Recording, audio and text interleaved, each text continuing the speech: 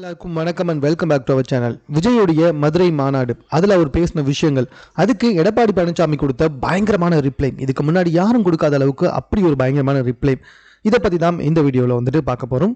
முதல்ல விஜயோடைய மதுரை மாநாடு, அதாவது மதுரை மாநாட்டில் விஜய் வந்துட்டு ஆளுங்கட்சிக்கு ஒரு குட்டு, எதிர்கட்சிக்கு ஒரு குட்டு, மற்ற கட்சிகளுக்கெல்லாம் ஒரு குட்டு, இப்படி மற்ற கட்சிகளை திட்டி மட்டுமே பேசியிருந்தாரு, மற்ற கட்சிகளை கிண்டல் பண்ற விதமாக பேசியிருந்தாரு தவிர்த்துட்டு மக்கள் பிரச்சனையை பத்தி பேசினாரா அப்படின்றதான் இங்க ஒரு கேள்வி. இப்போதைக்கு தமிழகத்திலையும் ஒட்டுமொத்த இந்தியாவிலையுமே நிறைய பிரச்சனைகள் போயிட்டு இருக்கு, ரொம்ப முக்கியமான பிரச்சனைகள்.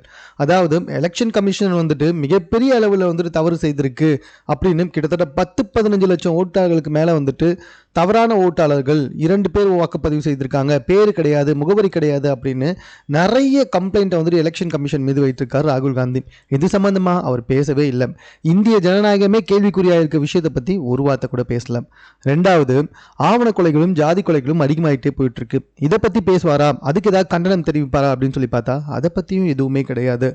துப்புரவு தொழிலாளர்கள் வந்துட்டு போராடிக்கிட்டு இருக்காங்க, அவங்களுடைய பணி நியமனத்துக்காக போராடிக்கிட்டு இருக்காங்க, வேற இடத்துல வந்து எங்களோட கான்ட்ராக்டை கொடுக்க கூடாதுன்னு பேசிக்கிட்டு இருக்காங்க.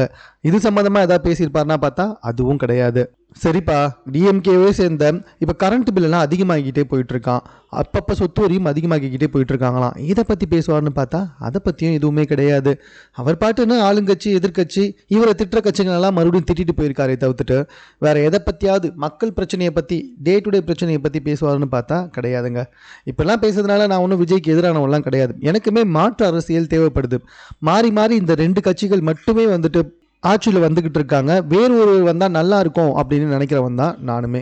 இதுக்கு முன்னாடி விஜயகாந்த் வந்தால் ரொம்ப நல்லா இருக்கும்னு நினச்சிட்டு இருந்தேன், அன்ஃபார்ச்சுனேட்லி அது முடியல. பட் இப்போவும் ஏதாவது ஒரு மாற்று அரசியலை எதிர்பார்த்துக்கிட்டு இருக்கவன் தான்.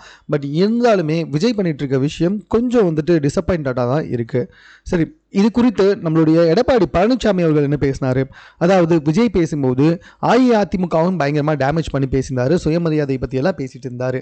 இப்போது இதுக்கு பதிலடி கொடுக்கும் வகையில் எடப்பாடி பழனிசாமி அவர்கள் என்ன பேசியிருக்காருன்னா, தம்பி தலைவா படத்துடைய பிரச்சனை அப்போ கொடநாடு எஸ்டேட்டில் போயிட்டு நீங்கள் அம்மாவை பார்க்க போயிருந்தீங்க, அந்த இடத்துல அம்மா அவங்கள பார்க்க முடியாதுன்னு சொல்லி அசிங்கப்படுத்தி அனுப்பிட்டாங்க.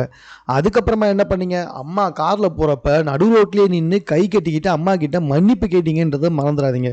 நீங்கள்லாம் சுயமரியாதையை பற்றி பேசலாமா?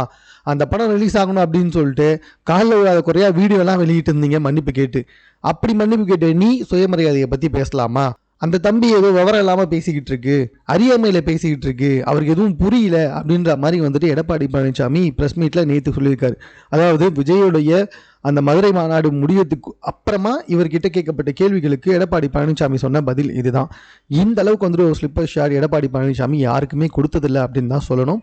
ஸோ ரொம்ப ஸ்ட்ராங்கான ஒரு, அதாவது எடப்பாடி பழனிசாமியை அசிங்கப்படுத்துகிற விதமாக, ஏடிஎம்கேவை அசிங்கப்படுத்துற விதமாக விஜய் பேசினதுக்கு ரொம்ப காட்டமான ஒரு பதிலடி வந்துட்டு எடப்பாடி பழனிசாமி அவர்கள் கொடுத்திருக்காரு அப்படின்னே சொல்லலாம். தற்போது இந்த விஷயம் தான் சமூக வலைத்தளத்தை ரொம்ப வைரலாக பகிரப்பட்டு வந்துகிட்டு இருக்கு. ஸோ இது சம்பந்தமாக உங்கள் கருத்து என்ன அப்படின்றத கமெண்ட்ல தெரியப்படுத்துங்க. மேலும் இது போன்ற செய்திகளை உடனுக்குடன் தெரிந்து கொள்வதற்கு சென்னை சேனலை சப்ஸ்கிரைப் பண்ணுங்க.